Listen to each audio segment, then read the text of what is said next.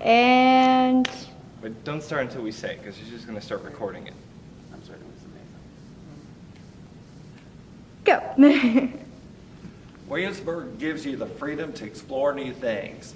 This week on Williamsburg Art Scene, Sheila Arnold and Darcy Tucker from the Tucker-Arnold Storytelling Concert.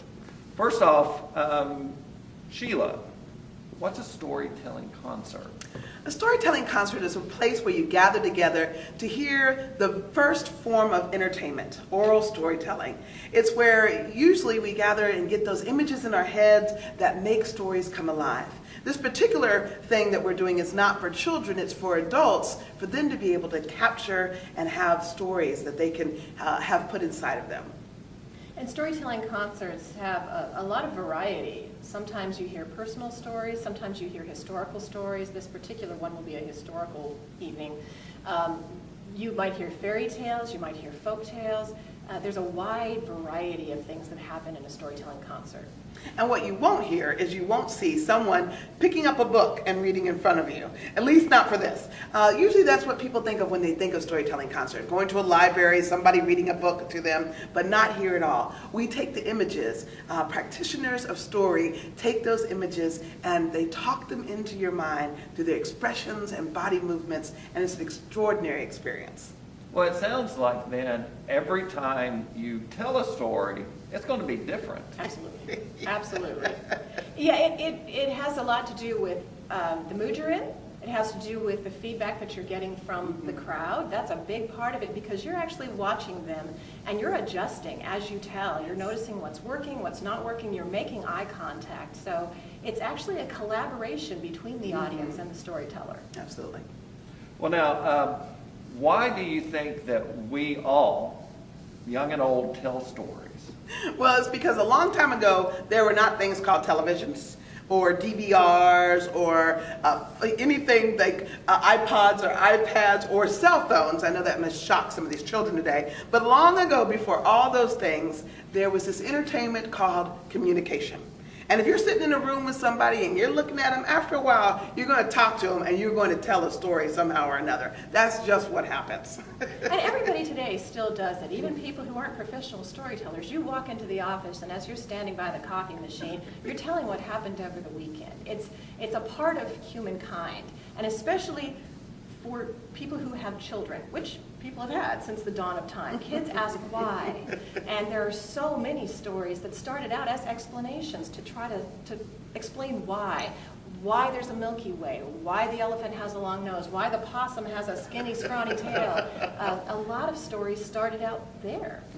Well, now, Darcy, how did you get started in storytelling? Well, I don't come from a storytelling family tradition.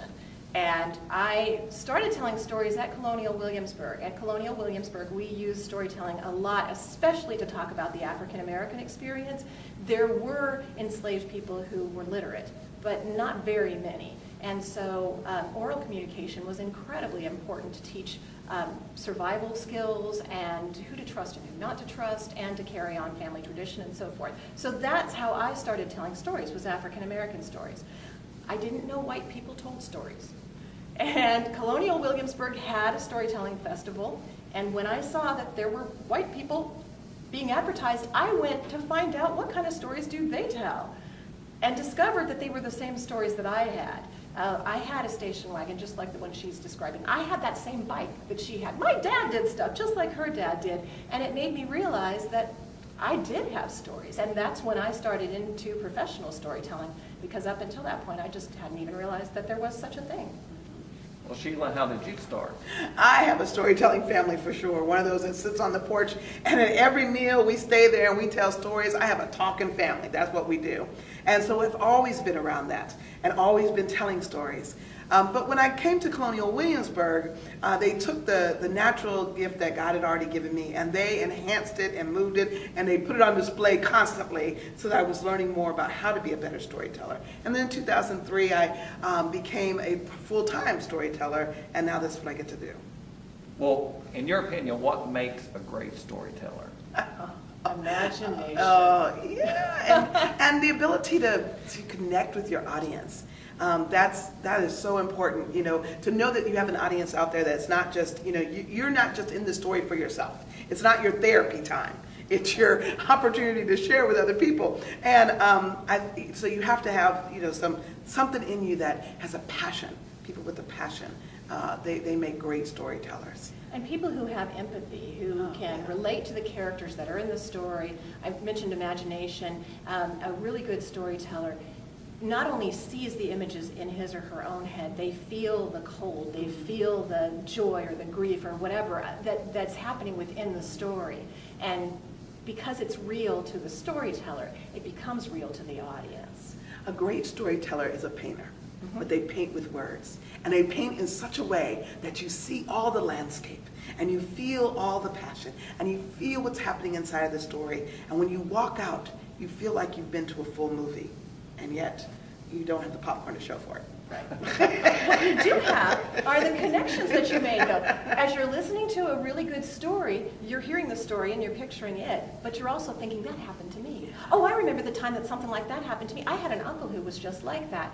And when you walk out, you can't help but talk to whoever you came with about that and tell them your story that connects to the one that you just heard. That's the biggest beauty to me of storytelling, is that it gets the audience then to become storytellers as they leave, to talk to each other, and not this way, to talk verbally and look each other in the Absolutely. eye. Oh yeah, hearing other people's stories to spur your own. Absolutely. So a great dinner conversation after this would be, just Right. what's your story? Yes. Exactly. And it's not just the personal stories that do that. Even when we hear a folk tale, or we hear a fairy tale, or a tall tale, that always reminds us of something else.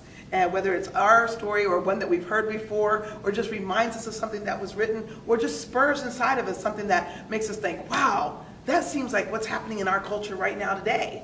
And it brings up those kind of conversations. And it's interesting as you move through life and you hear stories that you heard as a child, and you heard them on one level. And then as an adult, you hear that same story again, and you understand it on a completely different and much deeper level, because life experience has informed the way you hear it later on. So you can, throughout your lifetime, hear and tell the same story, and that story keeps changing for you as you layer your own experiences onto it. Well, the storytelling concert is on September 19th. Tell me what an audience member will see when they come. Well, on Friday, September 19th, right here at the Kimball Theater, you're going to see Sid Lieberman, who is a nationally known, highly acclaimed practitioner of story, if I must say, who has also been featured on NPR, National Public Radio. And he is going to be giving us an awesome, awesome story, Abraham and Isaac Sacrifice in Gettysburg. And a little bit about it is... It's Abraham Lincoln and Isaac, I think Isaac Taylor, who was a foot soldier, a Union foot soldier. So you're seeing it through the eyes of the generals behind the scenes and through the eyes of the foot soldiers who are actually fighting. It's also a reference to the biblical story of Abraham sacrificing his son, Isaac, and how painful it was for Lincoln to realize that's what he was doing in order to save the Union. We went with the Civil War theme because, of course, this is the anniversary and it will soon be past us. And so that's why we decided. It's not all grim and sad, though. There are some moments of real joy, and there are some very funny moments. And Sid will be telling that story. And the stories that Sheila and I tell will also be, at least some of them, Civil War themed also. Well, wonderful. Well, thank you, Darcy Tucker and Sheila Arnold. I look forward to September 19th, and I plan to be there. Good. And afterwards, we'll have to find out what stories you're going to tell afterwards. Right. yes, I'll bring my notebook. All right. Thank you very much. Thank you. Thanks, Greg. Well, that was more depth. Ooh, That was intensity of intellectualism that was there. That was good. Wow. We were intense. Oh, we were Yes, awesome. yes, yes.